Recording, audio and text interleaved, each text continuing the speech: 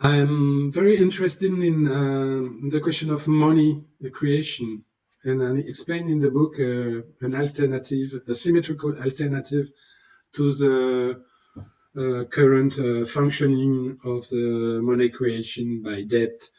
Um, and I also, there is an alternative which is called monnaie libre, free money, which has been mathematized. There is a big math effort behind this that shows that an economy can work on a symmetrical money, a symmetrical principle of money creation that that allow everybody to co-create a dividend, universal dividend.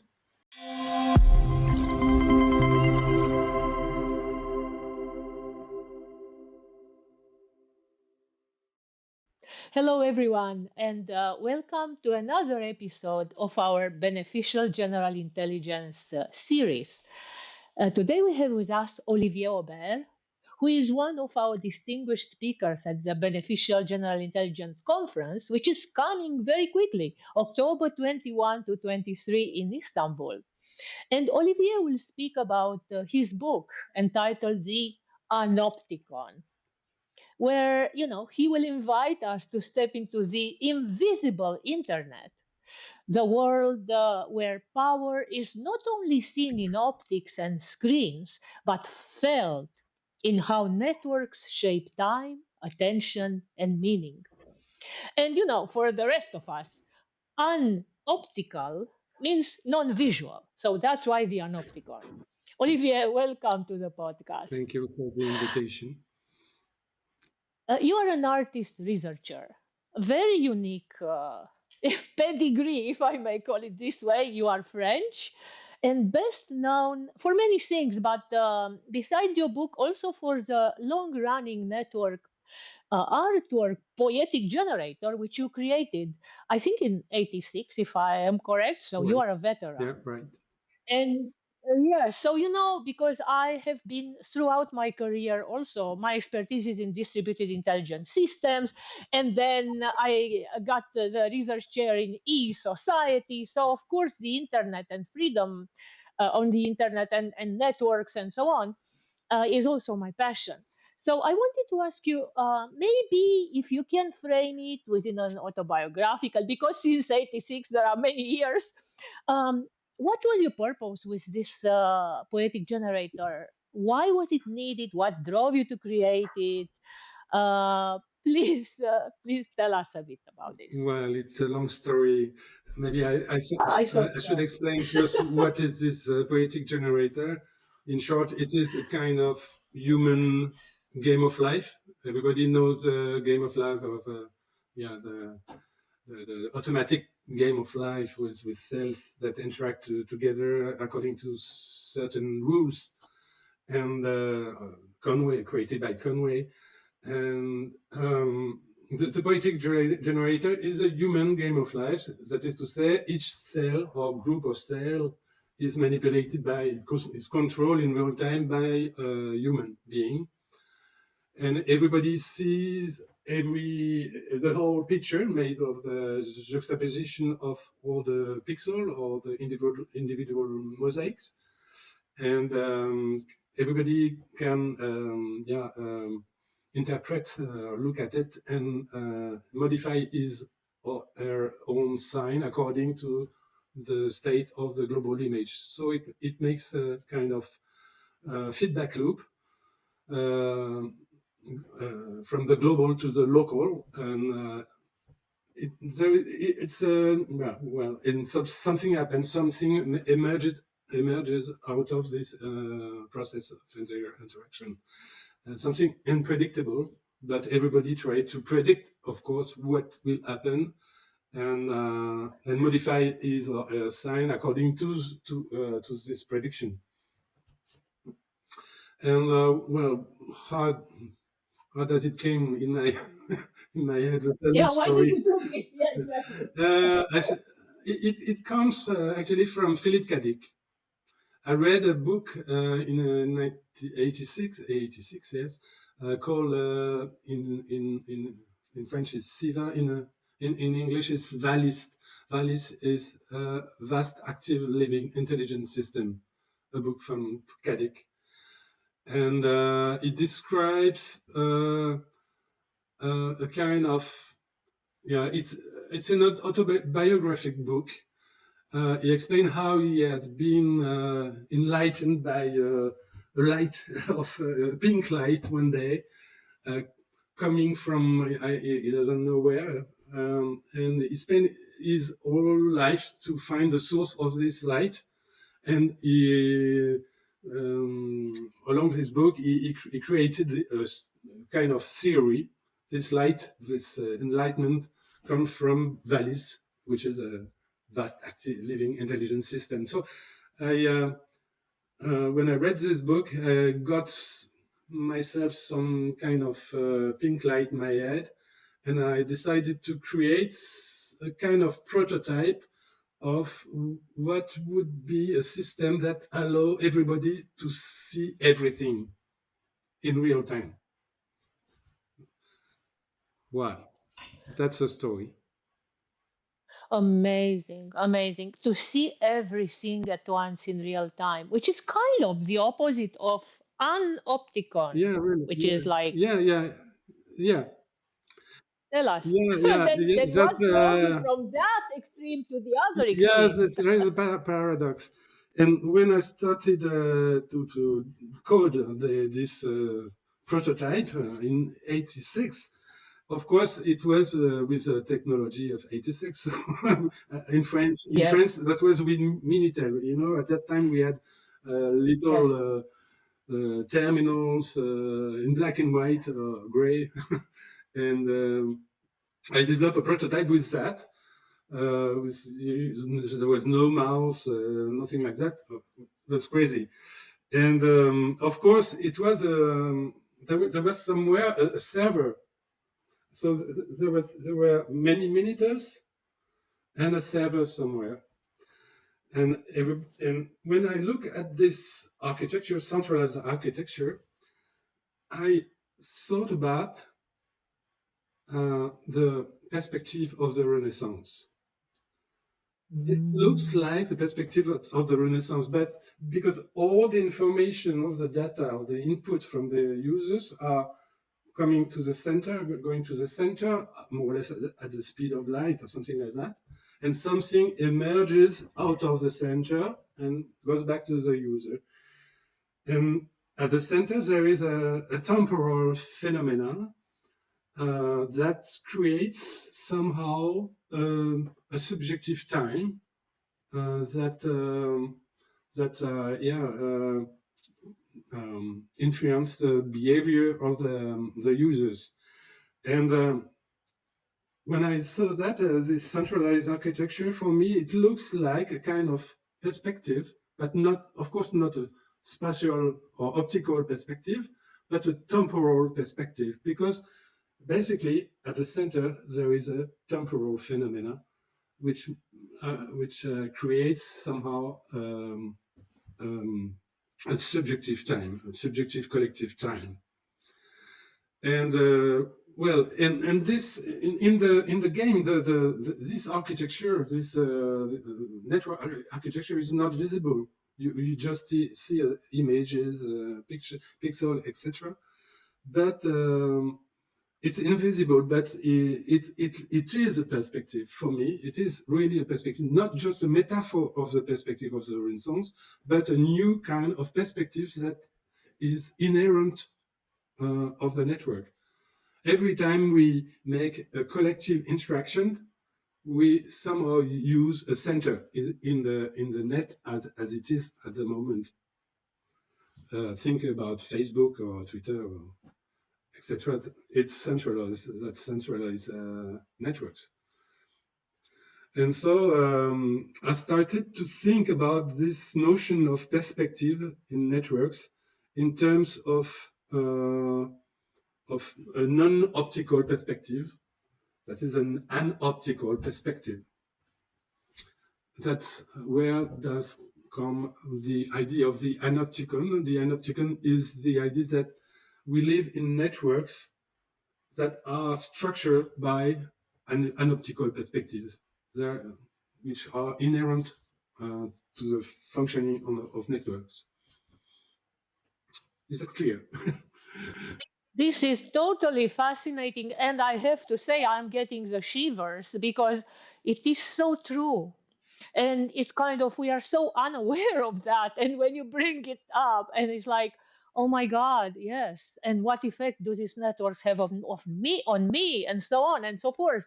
So you mentioned Facebook. So do you see any parallels between these poetic generator early experiments and the ways in which today's platforms structure collective behavior for better or worse? Can you tell us a bit more if we can learn anything from your awareness of Yeah. this invisible effect? Yes.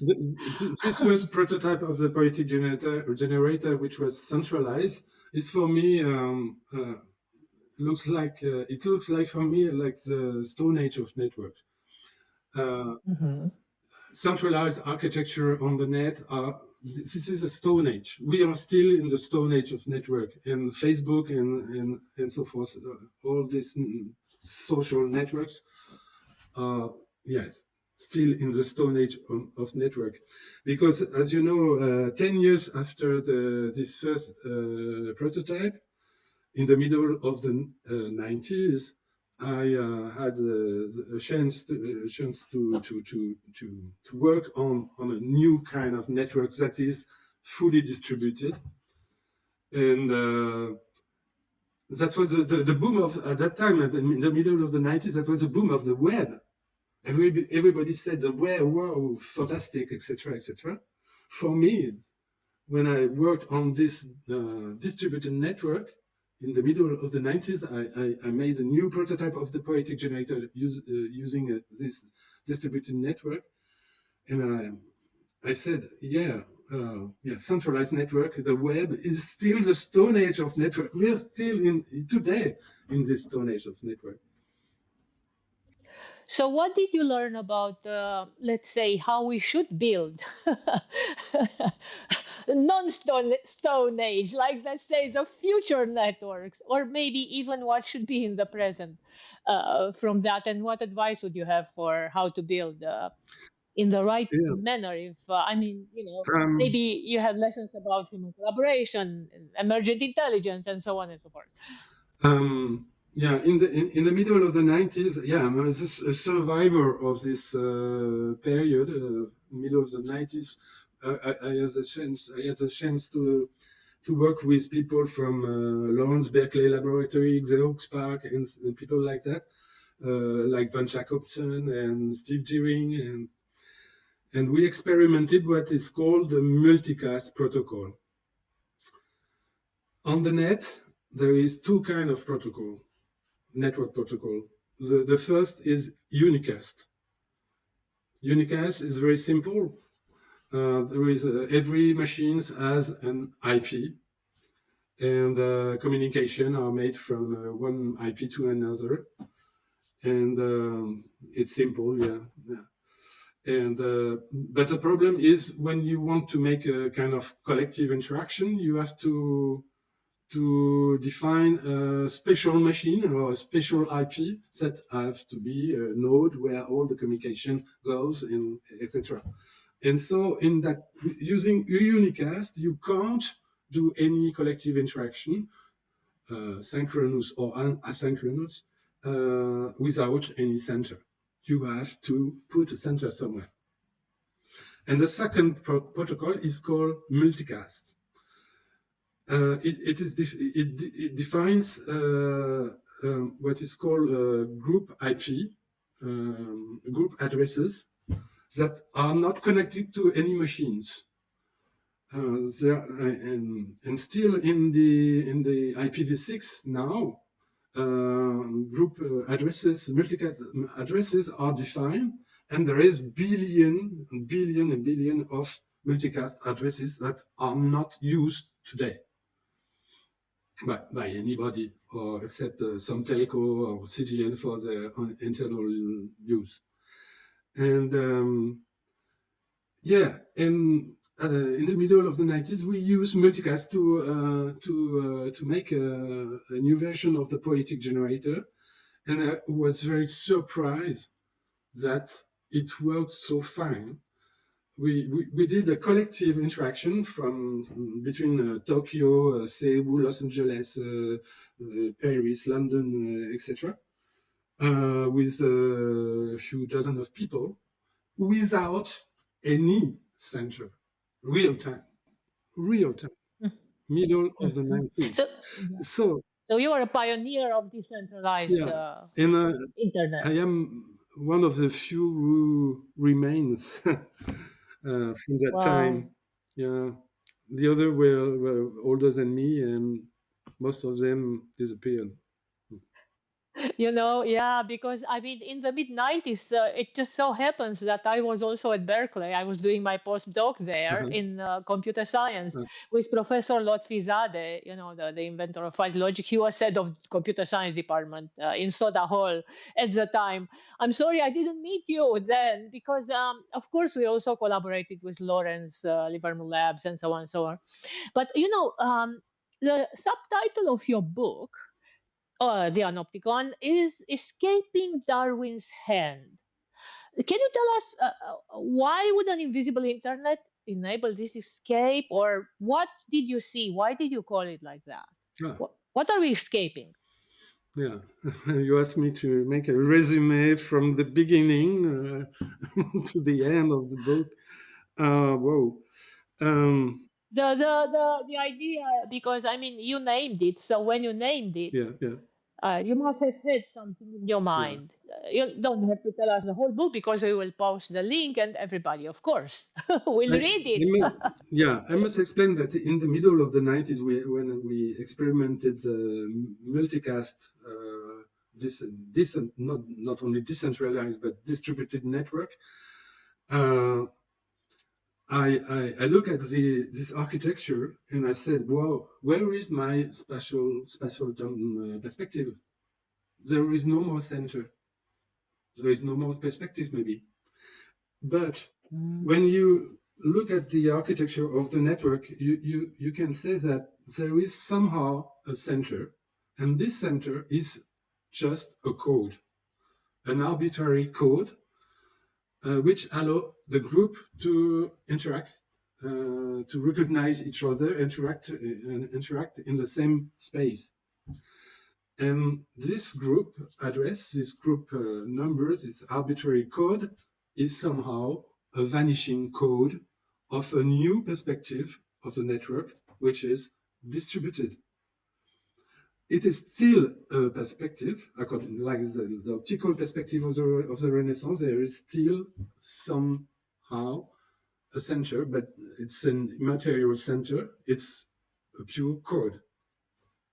Yeah, and yeah, to make the link with the your question, during the Renaissance, the artists and theorists like Alberti and Piero La Francesca uh, theorized the perspective and created what they named the legitimate perspective. And the legitimate perspective is a way to construct, to build optical perspective according to geometrical criteria, which that allow to calculate the shape, the size of the people and the building according to the distance from the point of view. And my idea is that if there is really somehow some kind of perspective in the network, we can imagine also to we can also imagine a legitimate construction of this perspective, of this network perspective, and the legitimacy of this construction won't be based on geometrical criteria, of course, but on cognitive criteria. Well, and And the idea is that somehow networks are in competition, which is each other, and the idea is that the legitimacy of a network is an evolutionary advantage. There are that's somehow autopoietic systems, that semi-living system that compete, which is other. That's kind of quasi-living systems, and so they are submitted to the artificial selection or natural selection. And my idea is that legitimacy is an evolutionary advantage that allow a network to thrive and to be developed, and so on and so on. And so that's the idea that the criteria of this legitimate construction based on cognitive things could allow us to thrive and to escape Darwin's end, that is, yes, destruction. uh, Because, well, at least in my understanding, Darwin's hand is evolutionary, yeah, right? I mean, that's natural selection yeah, wins. And you seem to say the yeah, same. I mean, is it yeah, okay? So it's not escaping, it's kind of yeah, eating from Darwin's hand, maybe, or yeah, yeah, something yeah, like yeah, that. yeah. It is just yeah. It comes also from a short story from Darwin in an island where birds came and in his hand. So he just has to make this Ah. and to take the bird and eat it. And Darwin said, "Well, those birds are crazy. What are they doing? They come in the hand of their predator." And Darwin Ah. said that probably it will take one Ah. century or 2 centuries of evolution um, for these birds to learn to escape Darwin's hand. And Yeah, so now I understand. and Wow, uh, amazing. and after that, in the 20th century, came an ethologist who give an explanation of this phenomena. The birds coming in the it happens with many types of animals, that kind of behavior, animals that are coming near the predator and take enormous risk. And Zahavi explained that it's a social phenomenon. These birds are showing off to their friends that they are brave and that they must be admitted Mhm. in their community. You see? Mhm. Yes, I can see now the connection with centralized. It's like escaping Darwin's hand, like the platform lords who are giving us the crumbs and we get trapped there. Yeah, Yes, and they are the Darwin hand, which we have to have courage to step out from, and a lot of strength not to get addicted to their exactly. tricks. Okay, now I get it. It's fascinating, and I can also see definitely how this is a major contribution of the book, and actually in the book you are revealing those tricks. So if I am thinking about the platform lords, right?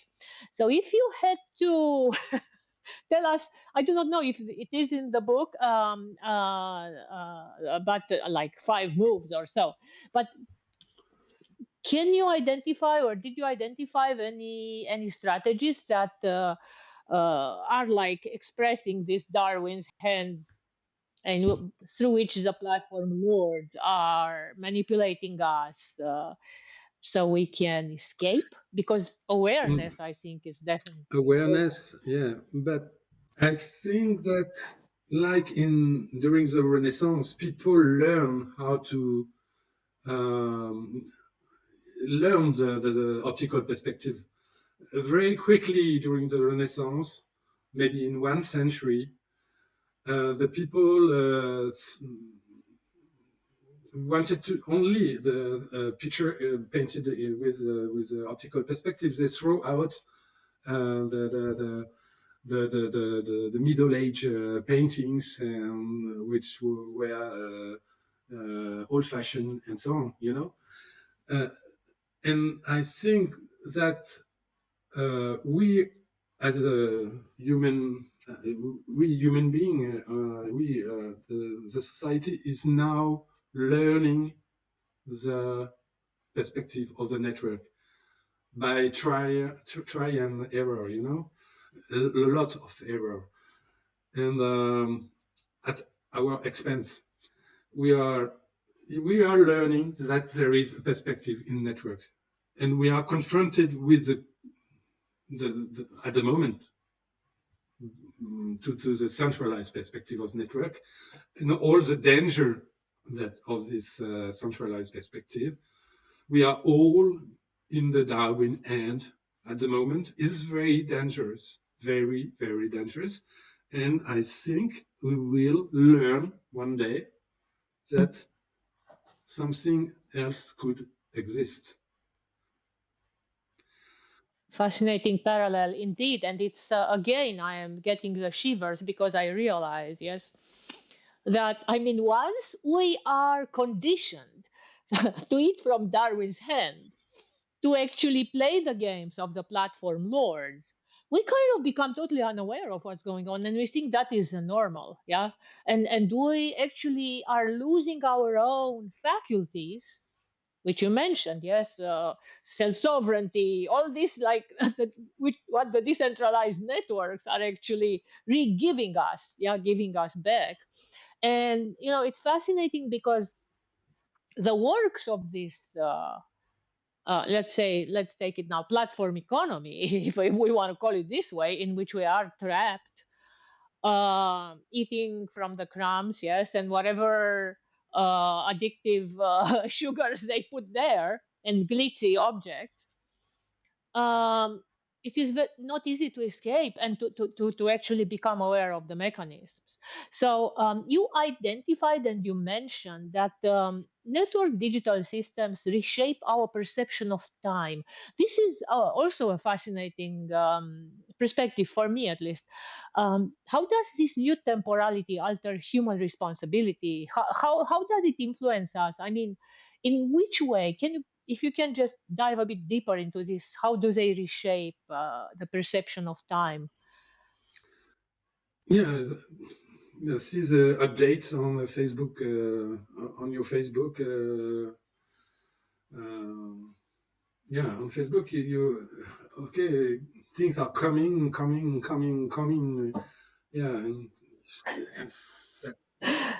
that's a special time. It's no more the regular time of your flat or your environment. It's something very strange that is not connected to your everyday life, and Mhm. it's a kind of viral time made of yeah, Addictive, so we are hooked yeah, there, yeah, and it's kind of we forget about yeah, yeah, yeah. reality. I think that Yeah. And the okay. poetic generator is a good tool to study this subjective time, because you can see every update. Everything is known or knowable. Everybody change this pixel after this pixel and y, etc. So you can see, and also make some statistics about the emergence of the image in the poetic generator that show somehow how works how this subjective time emerges. You can see some periods of calm, and sometimes it's some exit everybody excited, and yeah, it's stochastic, you know. Yes. You also propose this idea of digital traces that dissolve rather than accumulate. Could this kind of way of coding such ephemerality, counterbalance, surveillance, capitalism. Mm, yeah, I think surveillance capitalism is one of the phenomena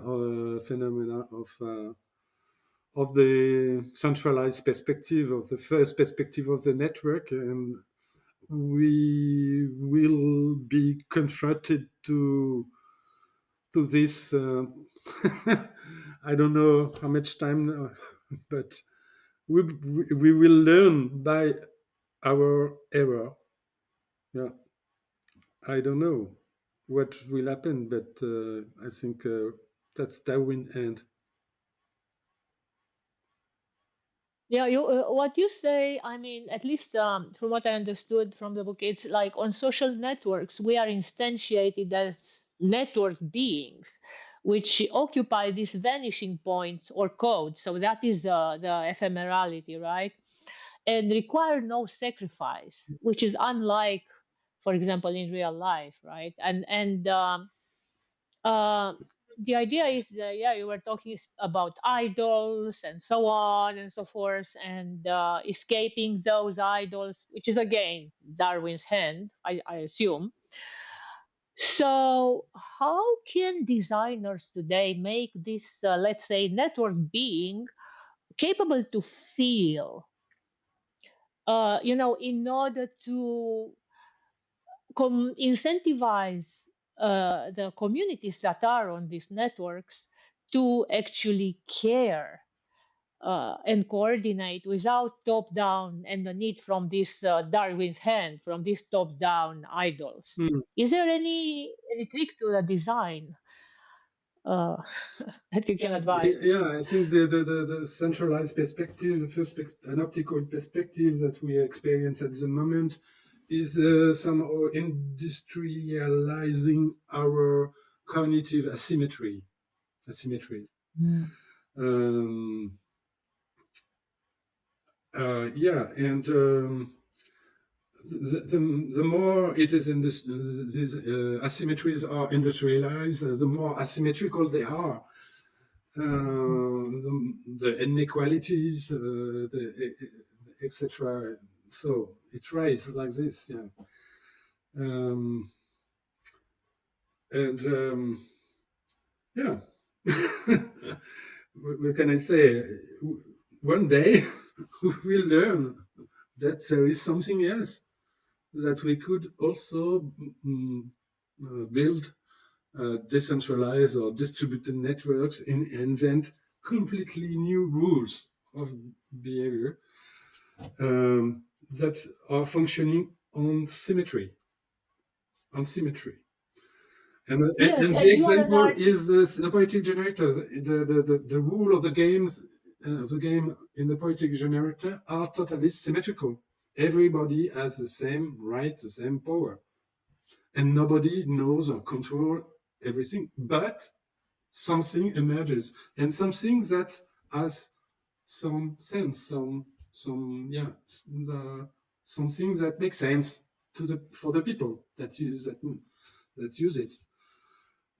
So it's a kind of demonstration that symmetrical interaction can make sense on a centralized network. Yeah, we are only reinforcing asymmetries.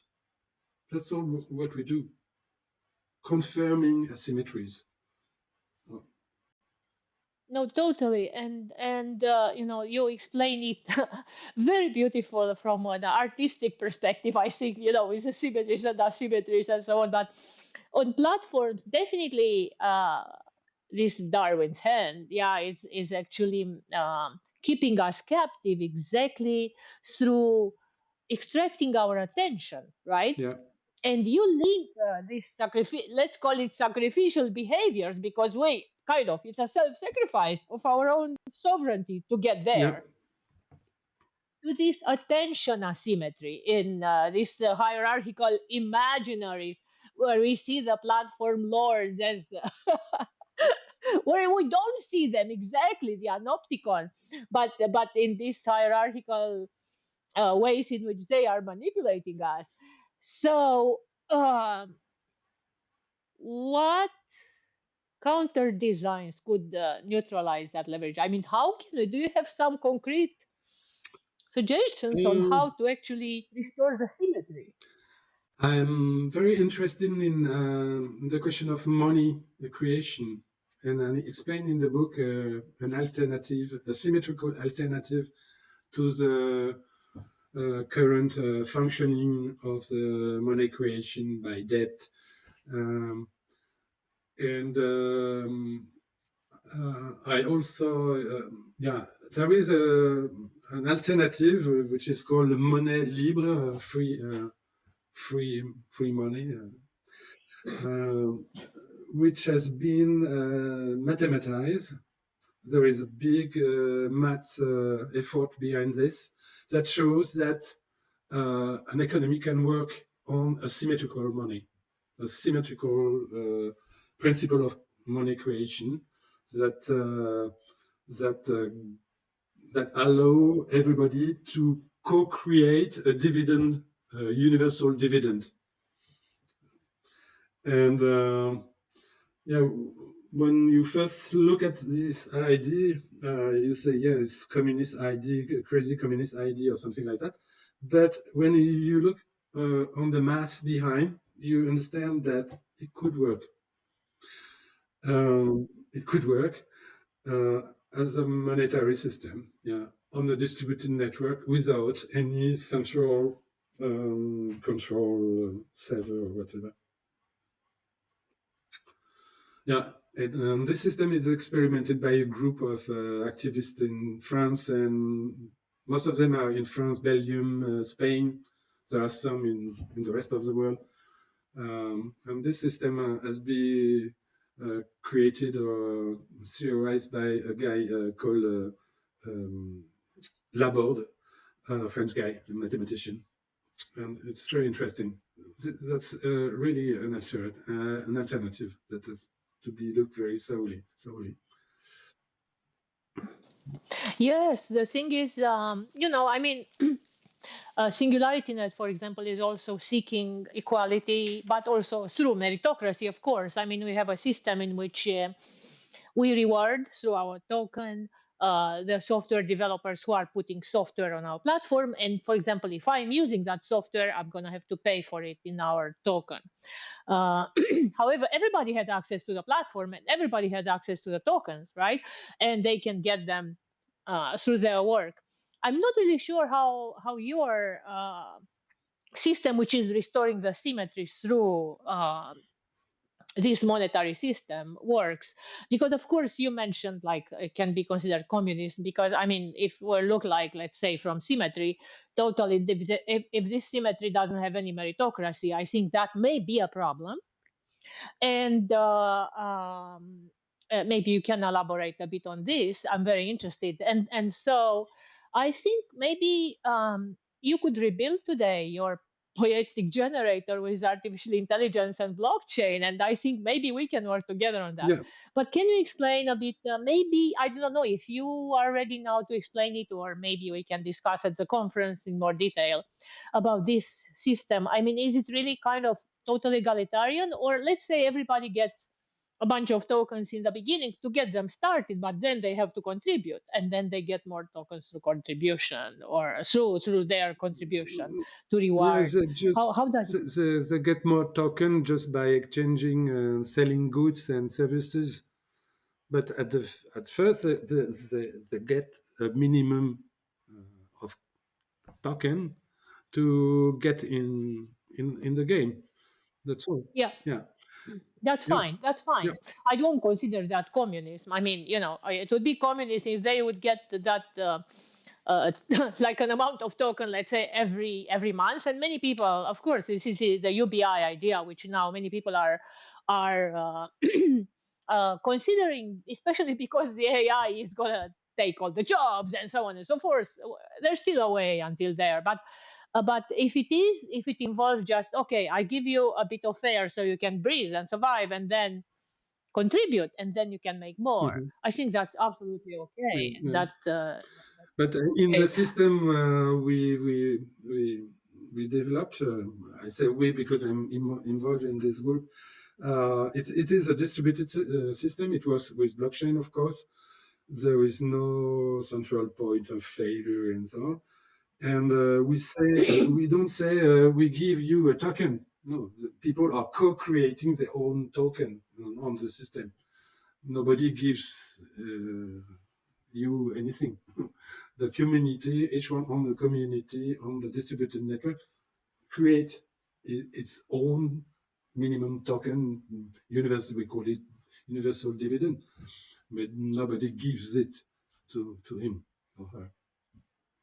And about artificial intelligence, you know that maybe that I made recently a new version of the Poietic generator. It works on the web on poieticgenerator.net, and you can play 24 hours a day if you want with that. And but ask people to come to with you on the same on the game because otherwise you are alone. It's not funny. And what I'm going to do now is to open the API in order to let AI agent to play the game. Amazing. Yeah. This is very Yeah. exciting. Yeah. Because you know AI is very good as for zero sum game or every game where there is a goal. You have to optimize things and win new token or new thing, etc. The AI can play chess, go and do all this, play all these games and win against humans. But yeah, the Poietic generator is a special game because it's a no goal game. There is no goal, so there is nothing to optimize, nothing to No win, score. no Yeah, no score. no score. There is no winner, no no loser. And what will artificial intelligence do in that context? That's the big question, and that's why I'm opening the game to AI agents just to see what happens. Amazing. Amazing. I'm just so excited about that. And we also, of course, I think, we can collaborate on many angles. We have, of course, many games with AI, but the Sophiaverse is a very interesting one in which we have the virtual version of Sophia robot, which is the first Android citizen you maybe know. And Sophia is actually taking humanity towards the singularity on a beneficial path. And it would be very interesting to see what our agents would do in your Poietic Yeah, generator. sure. Uh, Yeah, that's one. And then we have another game called the Earthwise game, which is also, like engaging humanity towards green and restoring everything and and turning the tide. So that would be also interesting sure. as a Yeah, collaboration. yeah, I'm sure. Yeah, yeah. It would be very interesting to plug your all your AI in this game to see what happens, what emerges or not. I don't know. And the Yes, funny and thing that is the beauty. is that they can explain what they are doing and why they are doing this or this. Yes, and I think, with this explanation, I mean, from what I see in your book as an artist, and that you actually noticed, and you could actually state and reveal this phenomenology, which is unseen. Yeah, it's not kind of obvious. Yeah, Darwin's hand and how we are caught there, and this phenomenology of being conditioning. Yes, that's how I would call it. So we are slowly conditioned to this Darwin's hand by the platform lords. This is phenomenal observation, and that's another thing. Yes, I mean now with the artificial intelligence, we actually do not know. They may condition us towards something which we may not be able to observe. So we want to develop also systems that warn us, yeah, when, okay, look, you're getting conditioned here, so be careful. And that is very important right now when we are at one step from the AGI and the singularity. And I think games like your this poieticgenerator.net right now, together with our AGI development, Yeah. can actually reveal such traps, yes, conditioning Sure. traps, which I think Sure. is Sure. critical. Yeah, so Yeah. I'd like to discuss this with you when we Yeah. meet Yeah. in Istanbul, and I'm sure Dr. Ben Gertzel, who will have the fireside with you there, will ask you a bit about this as Yeah. well. With pleasure. But we also have argued that we need, if I am correct, an organology of this Anopticon, and even an optical art, speaking of your artistic perspective, to cultivate new perception. And my question is, if you could, let's say, deploy one global public Anoptical literacy program tomorrow to enable us to notice and to become aware when we, let's say, at the first signs of being conditioned. And I'm showing my hand here because I can see the Darwin's hand, and I'm the bird, and it's like the first sign. No, don't go there. Get your food from the nature, not from Darwin's hand. Um, could you kind of envision a protocol, a pedagogy, something that Yeah. For me, oh, yeah, I created the poetic generator to allow people to learn that, learning by playing, learning collective phenomena, the invisible structure of networks, the cognitive symmetry and asymmetries, all this, the emergence of shapes and behavior of norms, um, the emergence of the subjective time, all this can be learned by playing, just by playing the poetic generator. And yeah, everybody can play this from 2 years old kids to wow, postdoc all together, and they will. The postdoc won't be get an advantage on the 2 years old kid because it's symmetrical, really. You know, and amazing. they can learn. Of course, they can learn what they can learn with their culture. But yeah, I made some session with kids and yeah. PhDs and so on. It's very crazy. It's very interesting. Yes, because we all, yes, everybody has to train these muscles, Yeah, yes, of independence and training. so on. So it doesn't matter if they are PhDs or 2-year-old kids. I think it's easier for the 2-year-olds yes, Mm-mm. to grow up Yeah, with the muscles already trained well. But I think, what you designed there, from what I understand, is indeed an infrastructure that fosters genuine autonomy, so that we can all, when we join a collective intelligence, may it be your game or may it be in social networks or, real or on the social networks, mm, we can really join that from this perspective of symmetry and to reclaim our sovereignty and exactly. independence and to have Yeah, to have this let's call it reflexes already as to yeah, detect when yeah. the Darwin hand is luring us. No, no. Fantastic. That's really amazing. And for So yeah, we came to the end of our okay. discussion here, and it was fascinating. And I wanted to ask, if you have any message for the young creators, for engineers building the next wave of platforms, or if you have any message in general, any closing words, please let Yeah, us know now. yeah. The world is open. There is, yeah, we are still in the stone age of networks, so there is a lot to do to escape from this stone age.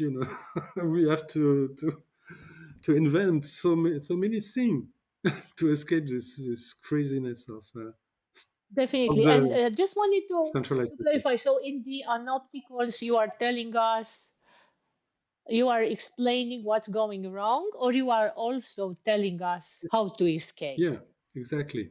Yeah, I'm very optimistic. I'm sure the people will learn. It will take time. It will, yeah. There is a lot of danger. I don't know what can happen, but we will learn. Like people during the Renaissance learn the optical perspective. Maybe it took 1 century, but they learn. Yeah. Thank you very much. So, learn. This is your last Yeah. word. That's how I take it. Okay. Thank Thank you. you. Thank you so much for your time, and we look forward to see you, Olivier, soon in Istanbul. Yeah. See you soon.